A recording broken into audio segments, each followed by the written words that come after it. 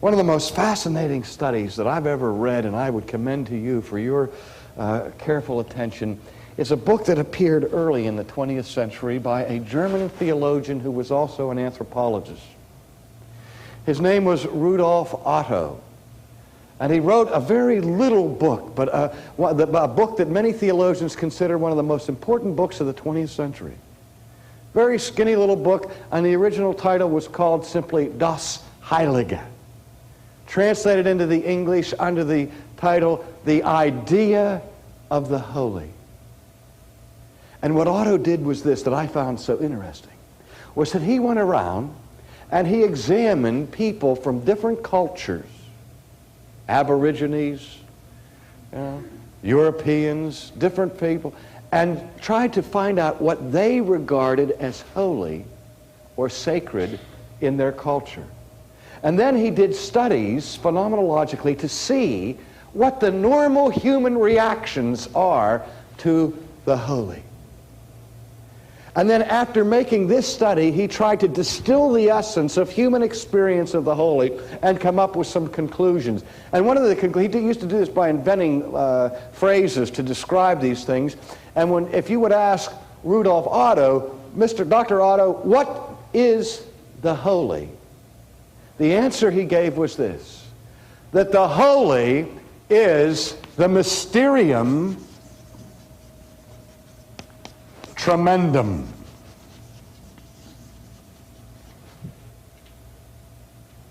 I have a Latin phrase for everything. Mysterium tremendum. Now, what does he mean by that? He said that the experience that we have of the holy is an experience of something very strange and impossible to penetrate and to fathom. It is mysterious, but it is also powerful. And this awesome, mysterious power provokes a sense of fear within us. Listen to how Otto describes it. This, what he calls the awful mystery. He says this, the feeling of it may at times come sweeping like a gentle tide, pervading the mind with a tranquil mood of deepest worship. Or it may pass over into a more set and lasting attitude of the soul, continuing, as it were, thrillingly vibrant and resonant until at last it dies away and the soul resumes its profane, non-religious mood of everyday experience. Can you relate to that? Everybody in this room has had those pregnant moments of awareness of the presence of God, haven't you? They're not part of our ordinary daily experience. Ordinary experience, even for the most devout Christian, is basically profane. We're not flooded every second in our soul with this acute sense of the presence of God. And yet every Christian knows what it means to have that precious moment of awareness of the presence of God. But it's fleeting. He says it may burst in sudden eruption up from the depths of the soul with spasms and convulsions, or lead to the strangest excitements, to intoxicated frenzy, to transport into ecstasy.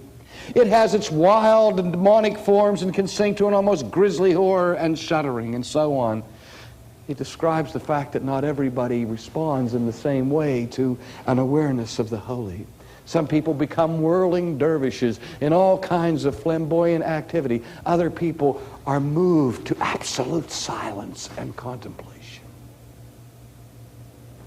But what he detected in this study of the holy is this, that across the boards, throughout varying civilizations, the basic response of human beings to whatever they consider holy, to be holy, is a response of ambivalence. Ambivalence meaning this, that we have conflicting feelings about the holy. That there is something about the holiness of God that attracts us. But there's also something about the holiness of God that repels us and frightens us. On the one hand, it fascinates, and on the other, it terrifies.